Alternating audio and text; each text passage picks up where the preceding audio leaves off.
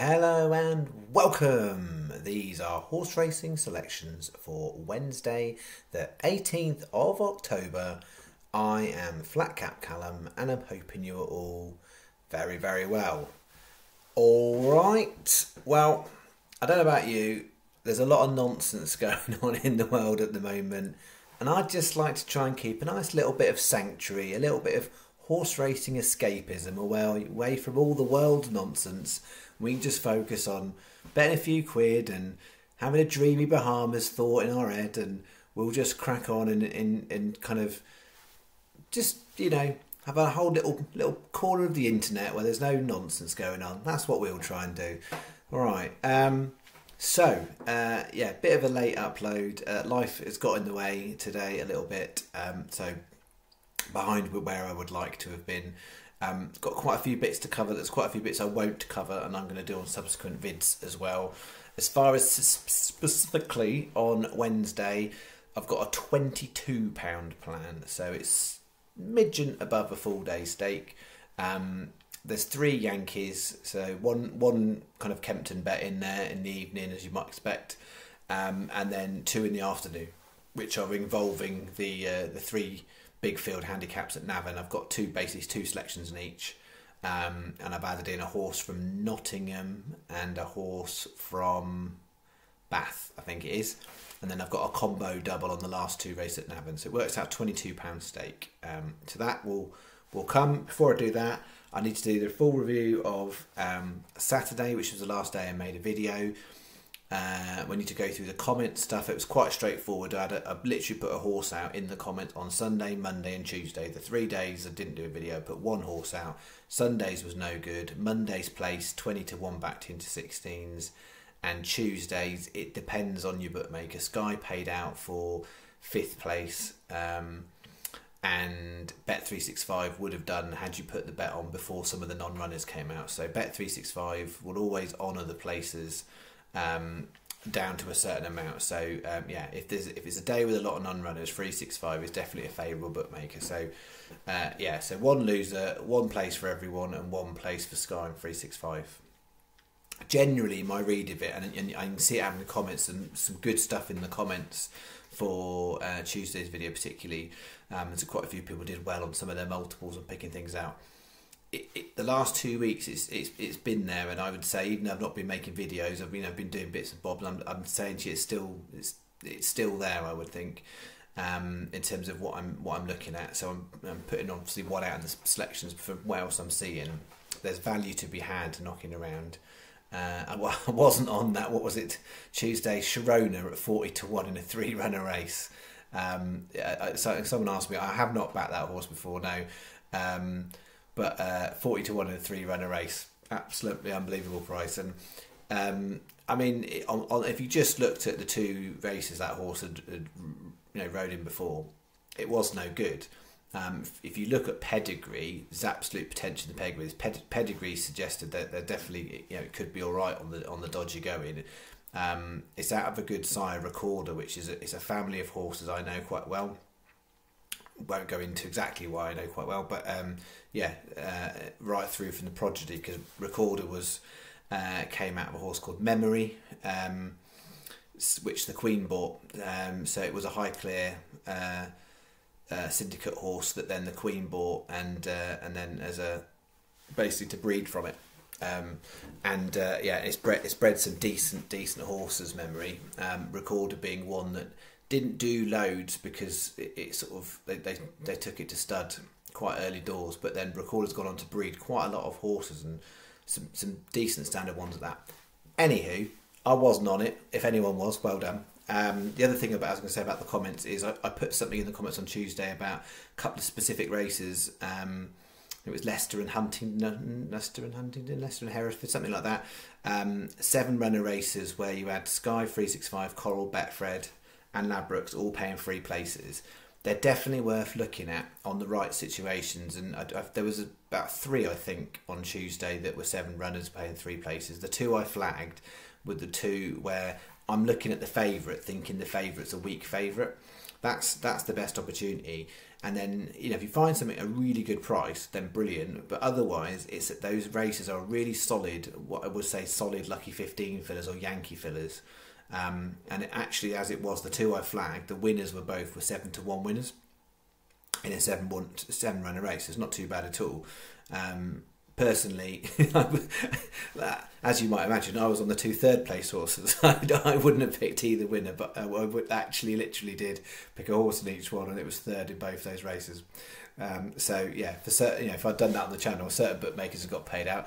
I don't know whether I'd have put them on my actual final selection for a channel video, and even if I did, I don't know whether I'd have put them each way or not, because they weren't big. I think I backed them as fillers for like 5-6-1 at the time. So anywho, but definitely worth watching that. So rest of this video, what have I got to do? Got to do review Saturday, got to do the bets, and then we're going to do a deep dive into golf. So golf was good last week, and I've done a bit of a run through of the figures because it's sort of a bit of an add-on. But yeah, I'm going to go and do a bit of a deep dive. And the other important thing I want to mention today is about the Gambling Commission review, because for those of you who've not paid so much attention to the Gambling Commission review, I did have a question sent me via email this week about it. The consultation closes tomorrow. Well, I say tomorrow, Wednesday, when I'm making this video. But Wednesday it closes. So anyone at all, so if anyone watching, you can go on to the Gambling Commission's website and actually fill in the survey. Personally, I've taken the time to do it. I haven't filled in every single segment. I mean, there's 100 different things about it you can fill in, but you basically select certain elements you want to put in, and the bit that I've filled in personally is about affordability checks. And so yeah, I'm just going to touch on Gambling Commission stuff as well, because it closes on Wednesday and I had a question about it. And then the bits I'm not going to do today that I'm going to do hopefully tomorrow is about tips to competition, because I haven't had a chance to put it together because I've been busy doing other bits. So the tips to competitions stuff I'll go through in more detail hopefully on Wednesday night's video. And I did also have a question sent to me about side markets, so I'm going to probably try and answer a bit of that as well. Alright, that's a bit of a preamble, isn't it? But you know, it's flat cap, isn't it? What do you expect? That's what I do.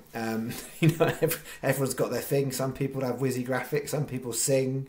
I just waffle on. Some like it, some don't like it. If you don't like it, sorry, I'm not for you. I'm here for the people who enjoy a waffle. Or you know, if you're having a coffee with the waffle.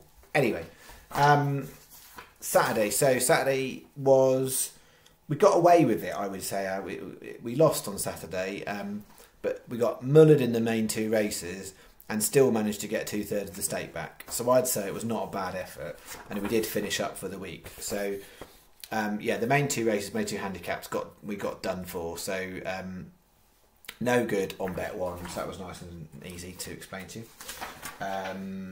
Bet 2, so yeah, the 2 handicaps we got done, and then we had a win and a place, and then we had done for in the main handicaps, and then a win and a place only for Sky 365 Unibet. I mean, it's 4 bookies paid out on Joe Merceria, so I know not everybody got that, but basically yeah, got done over the main 2 races and the other first selection. The next 4 selections on the turf in the afternoon, we had 2 wins and 2 places, so that was alright. Bet 4, no good, so I had a whole big thing, didn't I? Statistically, we should get 1 there and 50% chance of getting 1 there. No, we both legs we had 1 that was a couple of places away, but yeah, not good. And then Chelmsford we did all right. So we had place, and then the last 2 were no good. So the 2 slightly bigger prices. But of those 5 horses, Sassy Redhead was only shortener, and that got beaten out of sight. All the others were drifters, and the first 3 placed. So I think the stat was for last week we had 10 selections at Chelmsford, and we had a win. I think it was a win. Chelmsford. I think it was a winner 4 seconds and another place, something like that. It was 60% frame strike rate, albeit of you know not massive prices, but yeah, I think I got it as 20, 40, 20.42 back for Saturday for £30 stake. So we finished the week 18 up. So we did do back-to-back win weeks, which is good, albeit small wins. And we're sat about 20, I think it's specifically 21.99, so just 22 quid up for October. And we're over half of the month now. So that's certainly an improvement on the shoddy September.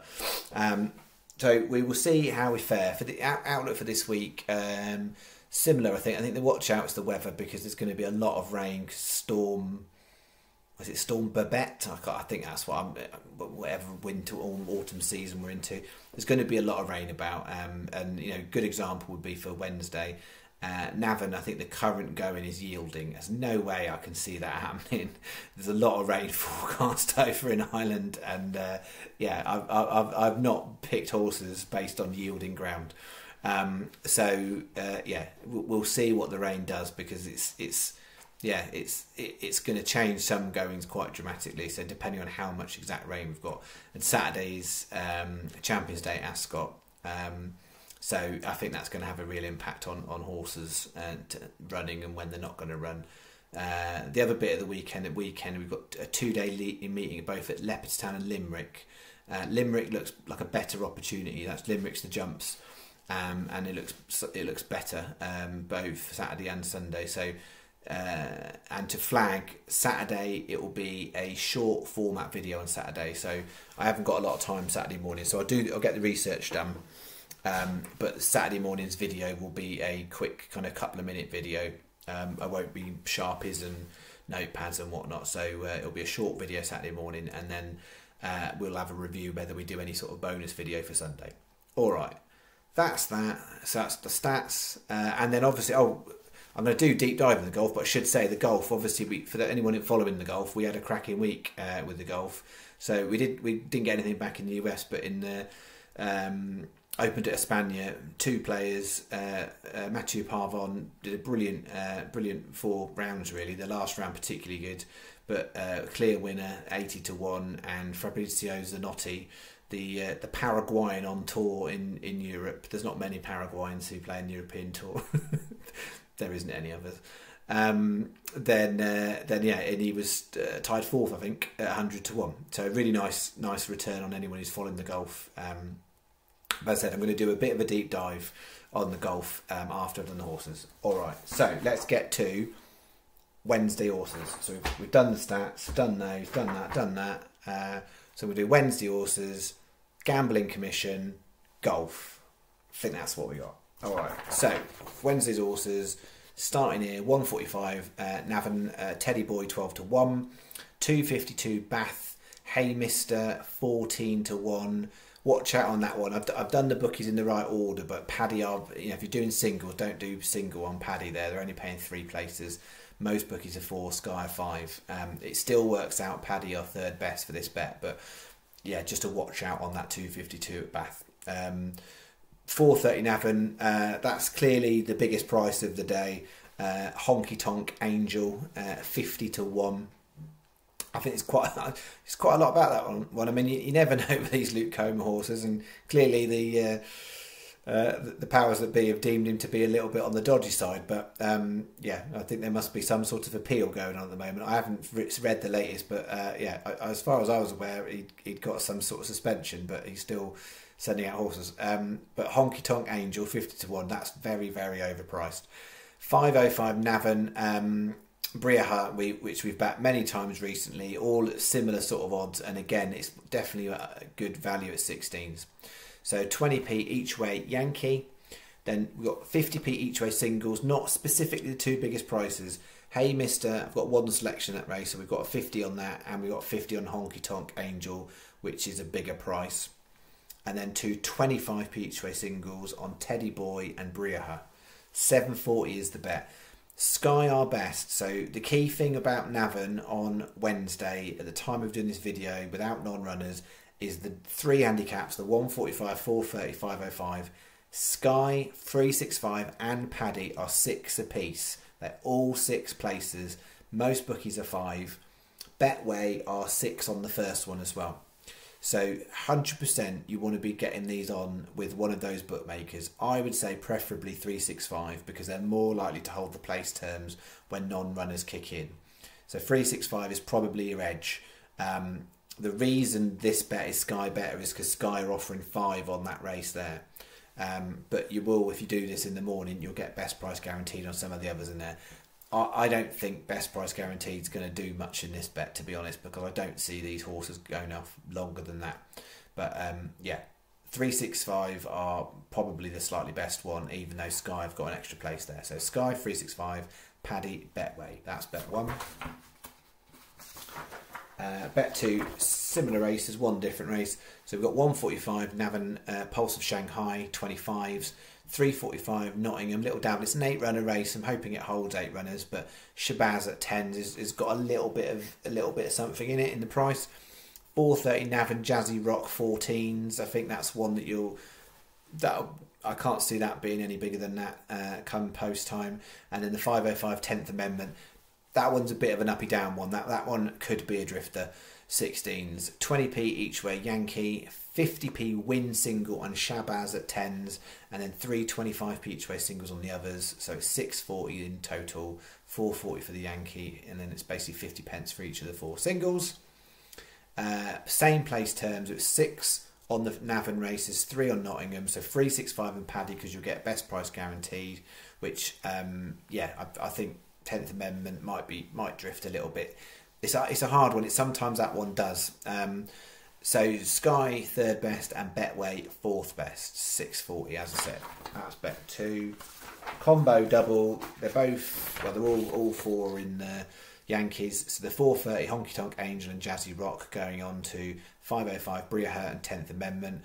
4 times 25 each way doubles. £2 is your bet. 365 and Paddy are the best bookies. Sky 3rd best. Everybody else much for muchness. And then we'll finish off after we've got past the old 505. We'll have a little gap, and then at 6:30 we're off to Kempton. Not big prices, but I'm happy with the bet. All major bookies pretty much are on 4 places on this one. So with the exception of Sky, you've got 5 on a couple of legs. So outside of Sky, 365, Paddy, Coral, Ladbrokes, bookmakers that are paying best price guaranteed. On multiples, and some of these could be drifty. I think they could go either way. So we've got 6:30 regular on the channel, Reki Dame or Reki Dam 10 to 1. 7:30 Granary Queen, 8 backed it before. 8 o'clock I've split legged it between French Invasion at 14s and Haku at 12s, and then at 8:30 finishing off with the shortest one, Time Wave 15 to 2. It's 2 times 10p each way Yankees. So we've got Reki Dame, Granary Queen, French Invasion and Time Wave, and then you've got Reki Dame, Granary Queen, Haku and Time Wave. 2 lots of 10p each way Yankees. They are separate bets. And then I had 30p to round it up, and I didn't like anything for a double, so I've done these as 60 pence just to round it up. 3 times 60 pence win singles. That's Reki Dame, French Invasion, Haku. The 3 double figure prices there, 60p wins. No singles on the other 2. 5.90 is the bet. That should add up to £22 for your stake. Alright, that is that. Gambling Commission. So Gambling Commission, yeah, I'd encourage anyone who is passionate about this to go and fill in the Gambling Commission survey before it closes on Wednesday. But yeah, the specific points I think that is a factor for people on the channel is the first stage of what they call of kind of financial checks they would do, the hidden ones behind the scenes, don't ask you for anything, they just go and do. They basically go and check to see if you've bankrupt or you've got outstanding debt, and that triggers after, let me get this figures right, so it triggers after or if you hit a threshold. The low threshold is £125 loss in one account, so a net loss of 125 over 30 days. Personally speaking, that absolutely could happen in any one of my accounts, because I bet on multiple accounts and I look for the best value. So, most of the accounts are up at any one time, some might be down, and there is swings. So personally, if that was a legitimate thing, I'd be in checks. Now, I'm not declared bankrupt and I don't have any outstanding debt. But the point is, what actually really goes on in any of your records when that's the case? And so I don't think losing £125 in a month should be something that should prompt some sort of flag on the system. Now, plenty of folk on here will lose on an annualised basis. Most punters lose, right? If you're a winning punter, you generally have a lot of different betting accounts. So the percentage of people who actually win is probably even hidden from reality, because I would say the percentage of winning punters has got to be 1 or 2%, because there might be a slightly higher percentage of winning accounts, but winning punters have multiple accounts, generally speaking. People who are losing punters generally have less accounts, and they are losing ones. So, you know, if you're earning a decent enough salary, you know, there'll be people who on a regular basis would lose £125 a month, and you know, they're happy to write it off. For some people that's a lot, but for others they'd happily write that off. It's just their hobby, and you know, lots of more people spend more than £125 a month on a hobby.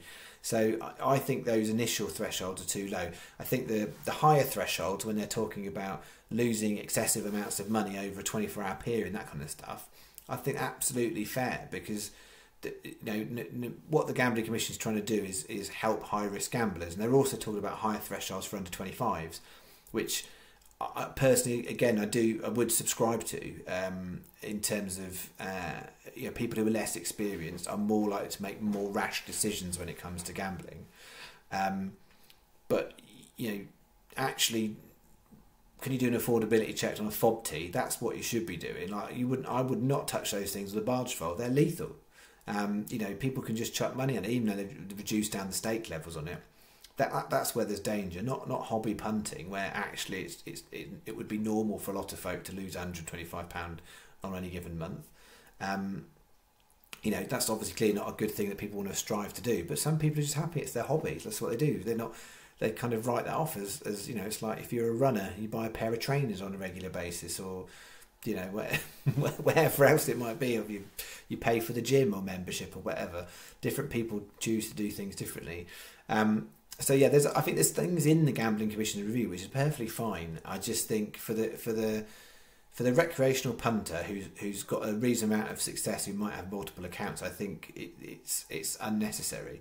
You know, if I started being asked for ID on all various things, it'd put me off. You know, I like being able to bet from the comfort of my own home. I don't want to end up going to shops and stuff like that too much, right? So there's plenty of professional people who spend their days going around shops. If it's your full-time job, then that's absolutely fine. Gambling's not my full-time job. I've had lots of debates, as I've talked about over the course of the last couple of years on this channel, around I've made an active choice for that not to be something I make my full-time profession or my main income source. It has been points where that's been a consideration.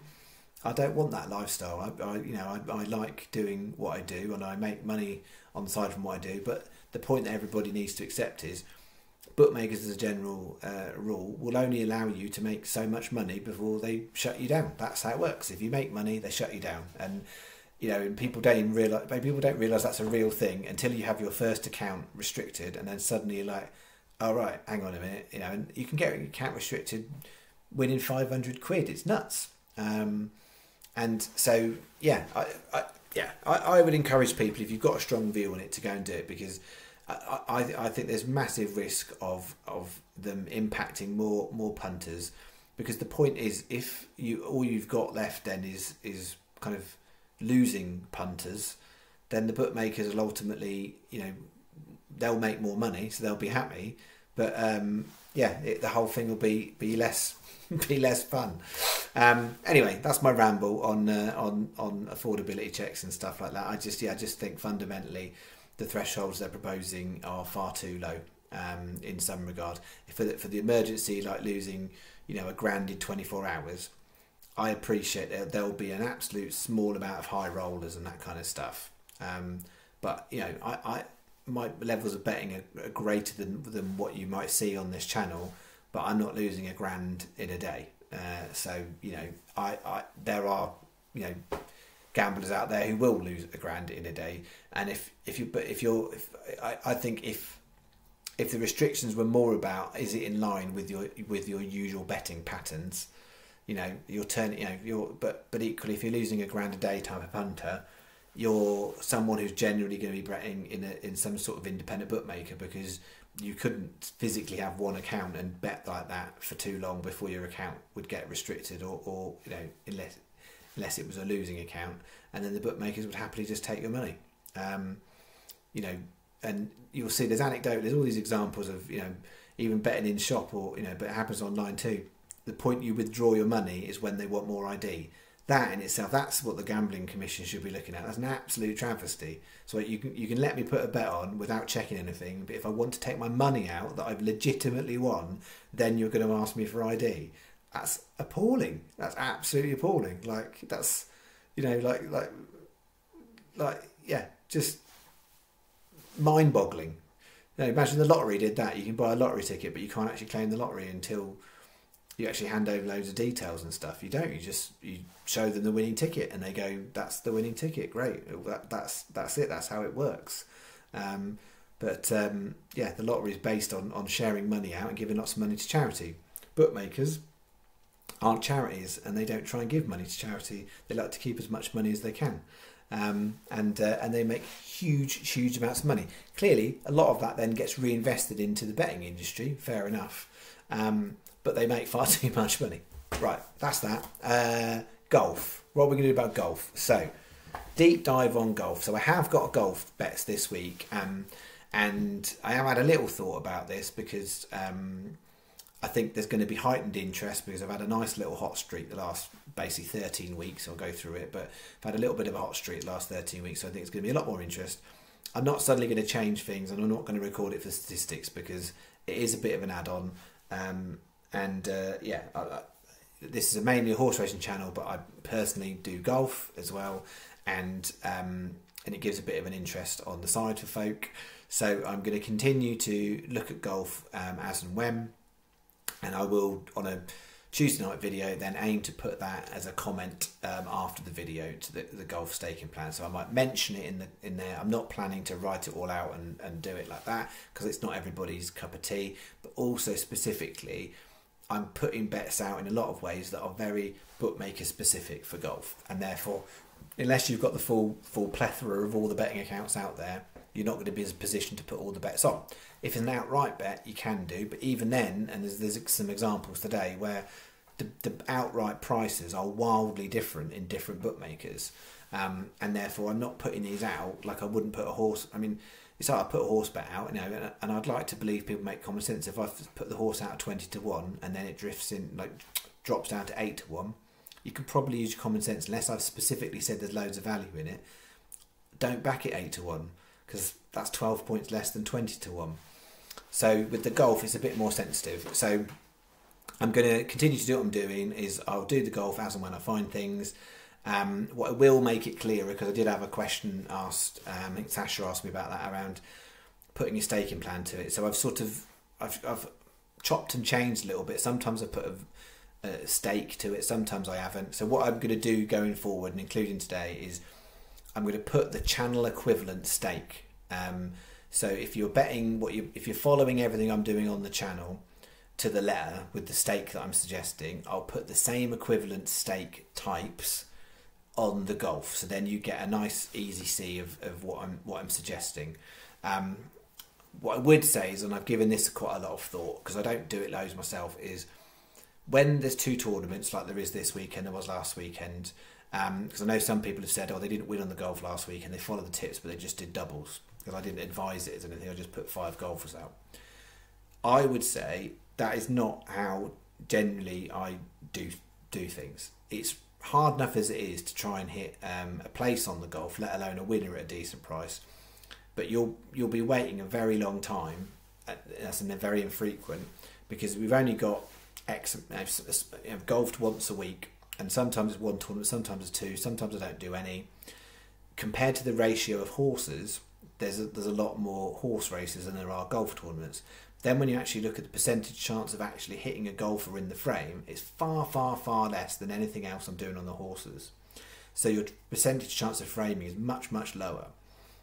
So if you just bet golf blindly, you would lose far more money on golf if there was the same. So get this, the same amount of golf tournaments as there are horse races, and you bet the same amount on each one, you'd lose far more on golf. It's far harder to make a margin on golf. You need to have an edge in what you're doing. And as much as I said I might have done last year, I couldn't ever prove it because I lost on the golf last year on the channel. Just about 100 quid on the golf last year. This year, in the last 13 weeks, I'll tend to go through the stats, but basically I reckon I've made up that and more. But I haven't got precise maths and precise science on it. But the margin on golf is nowhere near as good as horse racing. Horse racing is number one for me. That's what I do a lot of. I turn over a lot more cash on that. I have an interest on the golf every week generally, and I have a little plan that I put together, and what I do on the channel is indicative of that. Generally, personally, I'm backing slightly more golfers than what you might see on the plan. So an example was last weekend. If everybody was on this, they'd have been absolute screaming at the updated text or whatever. But obviously had Pavon win at the French Open. I put 3 out in the US bets, and the fourth choice, I did 5 golfers, but the fourth choice one, Adam Hadwin, was second at 40-1. So those people who had doubled up, that was a one shot away from an 80s and 40-1 double. That would have sorted everybody out. But I don't do doubles across the tournaments very often. I'd have to have a really strong feel, or felt if I was putting out on here, I'd have to feel like the prices are right. So I know before I've had a few fancy bets across like 3 or 4 tournaments of kind of golf, but going forward, I'm just going to focus on the main 2 tours. I'm not going to get involved in the Challenge Tour and the Corn Ferry Tour and the Champions Tour and stuff. What I'm doing on the channel, I've done bits of those before, but I'm just focusing now going forward on the US PGA Tour and the DP World Tour, so the European Tour. So I'm just going to do those 2 events, and obviously majors. But yeah, generally I'm not subscribing to do doubles across. I think the exceptions I would make is if literally I've got a simple week and I've just got 2 golfers in each tournament, then maybe it's worth having a very small flutter in that regard. But yeah,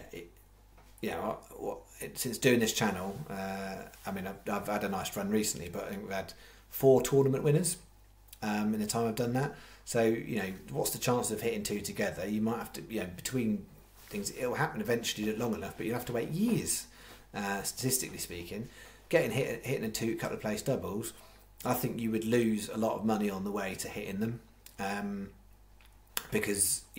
so that's that. I was going to say, actually, interesting with Pavon, for those of you who are kind of more into the detail, because I don't ever really qualify the golf selections, and I know people are like, how do you pick golfers? Are you good at golf? No, I'm not good at golf. I can't ride a horse, and I'm not very good at golf. I mean, mini golf, last 2 times I've beaten Mrs. FC, to be fair, and the kids. So that has happened, that is true. Generally speaking, no, I'm not a golfer and I'm not a horse rider. I read statistics and data. I understand the tactics about horse racing, but it's statistics and data, golf statistics and data. I'm not going to tell you about somebody's swing and whatever it might be, whatever. I look at the data. So Pavon, an example, for me, was massively overpriced. So people might look at Pavon and go, well, he was 184 tournaments on the European Tour and never won. He never won on the Challenge Tour either. He actually won on the French Tour, which is super minor, and I think he won on the Alps Tour, which is like below the Challenge Tour, for like Central European golfers. But he never won 184 times. It was his 185th tournament on the European Tour and he's won. So some people look at that and go, well, I wouldn't have, why would you pick someone who's never won a tournament? You can't go through life like that. The decent things with him is actually, if you look at his consistency this year, he was ranking in the top 10 for how many top 10 finishes he's had on the European Tour. And so, broadly speaking, if you look prior to the Open d'Espagne, in the previous 50 events he's done on the European Tour over this season, last season, he's been placed in the top 10 on 10 of those. So he's got a 20% strike rate, 20% chance technically in the last 2 years, if you look at that window, 20% chance of being placed in the top 10. that's a pretty decent strike rate for somebody who was sat at an 80-1 shot. When you look at that date, you go, that's quite good. But then you layer on the fact, in that exact tournament in the Open d'Espagne on the same course last year, he was second overall. So he's got form on the course. He was second in the tournament, and to John Rahm, who won nicely last year. And then you go, well, how's his form now? Well, he was second in the tournament before the Open d'Espagne. So he was second in that tournament, second in the Open d'Espagne last year, and he's ranking a 20% chance of being a framer in the last 2 years. You put all that data together and you go 80-1's overpriced. There's a lot more to it than that, but that's kind of hopefully makes sense to some people and starts get people's cogs turning about the kind of types of things you might look at from a data point of view. So yeah, that's that. But yeah, so for the last 13 weeks, I was running through this. So if you track back to the Open, and we had a win on Brian Harman, and I keep misquoting this actually. I did myself a disservice when I actually quoted the price. I've got here 90-1. I keep saying it was like 66, but I quoted 90s and 110 was available apparently. That's what I got here. So we had the Open 13 weeks ago. We had Harman a 90-1 winner, and Max Homa placed at 45 for a tie place. And then we went the 3M Open. We had JT Poston second at 40-1. Then we had one golfer, nothing. Then the next tournament we had the St Jude. We had Lucas Glover win at 66s and Curtis Davis place at 70s. I then had a sort of a run of 7 weeks where 3 of them I didn't do any golf and 4 of them I did and got nothing back. And then 2 weeks ago we had Henrik Norlander 175-1 on Sky, 150s generally, who was tied second. And then last week we had Pavon win at 80s and Zanotti at 100. So what I've got that as, in the last 13 weeks, I've been involved in 16 tournaments and we've had 3 winners, 90s, 66 and 80s. So that is a period of time, from a golf point of view, that's absolutely top draw to hit 3 winners like that. Now, the bunch of time before that wasn't as good, but that basically, in my book, when you add the places in, makes up for the deficit. So I've got that we had 16 tournaments, and across those 16 tournaments, 50 golfers were recommended in the outright market. So I'm not recording the side stuff. 50 golfers, and of that 50, 3 winners, 90, 66 and 80s, 5 places, 45, 40, 70, 100 and 175 if you've got the maximum price available at various bookmakers. So 8 framers out of 50, that and all at decent enough prices. So yeah, I mean, rough maths, if you did a £1 each way on all of those, you'd have spent £100 and got 380 back, so you'd be 280 to the good. Channel stake probably 50p each way, so you'd be 140 to the good. So yeah, a really nice little run on the golf. So yeah, delighted with that. The point is, I've done all this talk about golf and people have got interested, and now I'm statistically due a really cold spell on the golf. So it's entirely up to you. The horse has bolted, you know what I mean? Like, it might carry on. I might still be reading it well, but equally it might drop off. So this week for the golf, I was going to mention blinking heck, it's like 38 minutes I've got here. Right, okay. Well, this will keep everybody busy. I mean, I haven't done a video since Saturday, so you're getting your money's worth, aren't you? Everyone's subscribed to the channel, like, you know, it's and you paid your subs. That's why I charge £100 a month for everything. No, I don't charge, do I? No, it's free. Which I know some people will never understand. It's the way I do it. So yeah. Golfers this week. So we've got that. It was just a little commentary. The stuff will be in the comments. But the Andalusia Open, the number 1 golfer this week for me across any tournament is John Catlin in the Andalusia Masters. That's my number 1 pick. Yeah, that. So you'll see there's him and another one that are in quite a few different bets. So he's absolutely one of my leans this week, John Catlin. But I've got 4 in the outright market at the Andalusia Masters, and I've got 2 in the outright market at the Zozo Championship, which is over in the States. The annoying thing with that one is, and this is, I've mentioned this once before, it's the case often with the golf, is I'll do it on a Tuesday night video, but when I do my plan, this week I was well in advance. I was up and done by Monday. for the golf, then one of the best tipsters out there for golf is Ben Coley, who writes for The Sporting Life. He's got a fantastic record, albeit it's very hard to achieve the prices he puts out, because then once he tips them out, money comes for them. It's like, a lot of the very high profile horse racing tipsters, the prices that they put out are hard to obtain, because as soon as they put them out there, the prices plummet. And I only had 2 outright for the Zozo Championship, and I'll go and look at Ben Coley's article, and he's got 4, and he's took my 2 in these 4, and so suddenly I've lost a whole bunch of points on that. So both have come, basically one's lost about 16 points and one's lost about 14 points from the original price. So they are much more marginal from value from where I would want them to be. But so I've got 6 outright market, 4 Andalusia, 2 Zozo. I've then got just a double in the top 40 market at the Andalusia Masters, so 2 players to come top 40. So I was going to say Zozo Championship. Zozo Championship is a good tournament to bet on.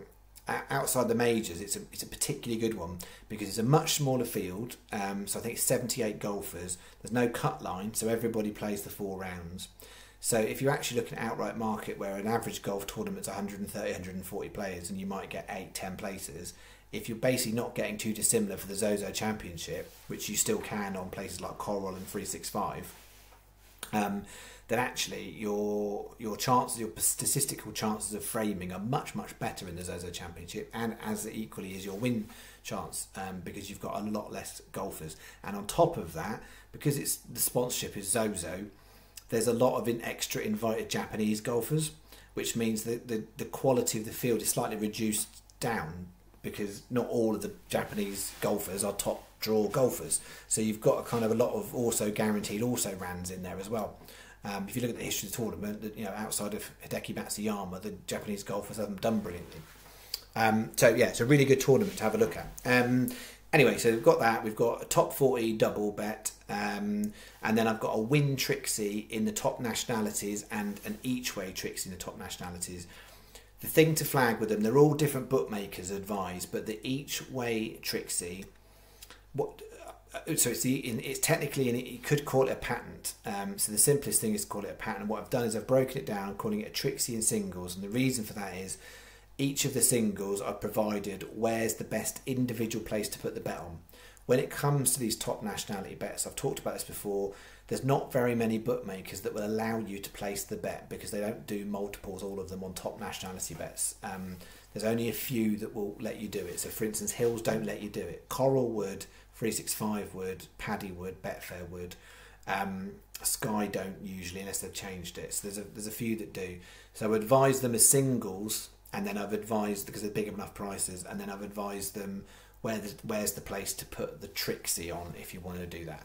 So if there's any questions, please ask. I hope it's clear enough, but equally it's complicated because there's, and then you pick and choose what bits you want to do. All right, I'm going to finish the video there because this is far too long. I'll get loads of comments about taking up people's time and stuff and whatever, but just convert it, right? So how much you paid to watch the channel combined by 43 minutes, you basically got a lot more value for money than you normally do, because normally if I do you a 20-minute video, you get the idea. Right, that's me. I'll be back tomorrow. I might talk about side markets and tips to competition, and might give you some tips for Thursday. No, Thursday. Thursday, I'll give you some tips for Thursday. All right, thanks very much. Have a good one. Bye-bye.